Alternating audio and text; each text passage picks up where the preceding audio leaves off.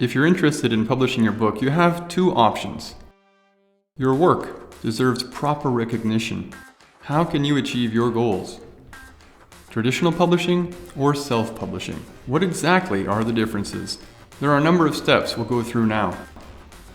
There is a link in the description below to get you on the road to success. The good people at queryletter.com can help you if you decide to reach out to a traditional publisher. Traditional publishing. Things to consider with creative freedom. You lose creative freedom.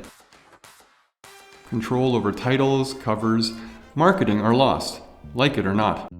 With self-publishing, you keep your freedom, but you manage all aspects regarding all of the following elements. Selection process. Extremely selective. There are a high volume of submissions to publishers, which makes it hard to get a contract. With self-publishing, it's possible for anyone with the drive. What about your rights? Publishers get your rights. Exact conditions will vary. Self-publishing, you keep all the rights. What about royalties? Rates vary by publisher and by country.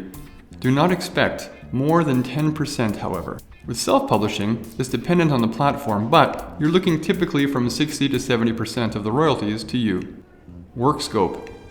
A publisher manages the bulk of your processes. Self-publishing, you are responsible for everything. What about teams? Publishers generally assign an author team. With self-publishing, you can go it alone or create your own team and systems. The decision-making process is quite different. Publishers make all of the decisions, but they should have more experience and expertise. With self-publishing, it's all on you. You will need to develop some new skills, but you can outsource as well.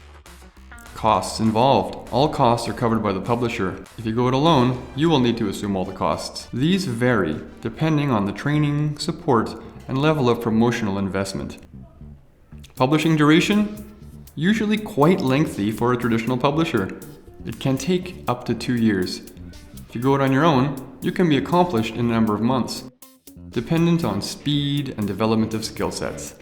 Public perception. Perception of your value is tied to the perceived value of the publisher. As a self-publisher, the book stands on your reputation and the quality of your work.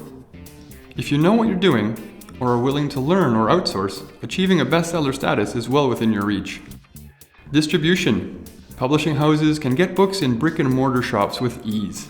On your own, it can be difficult to get your work into shops.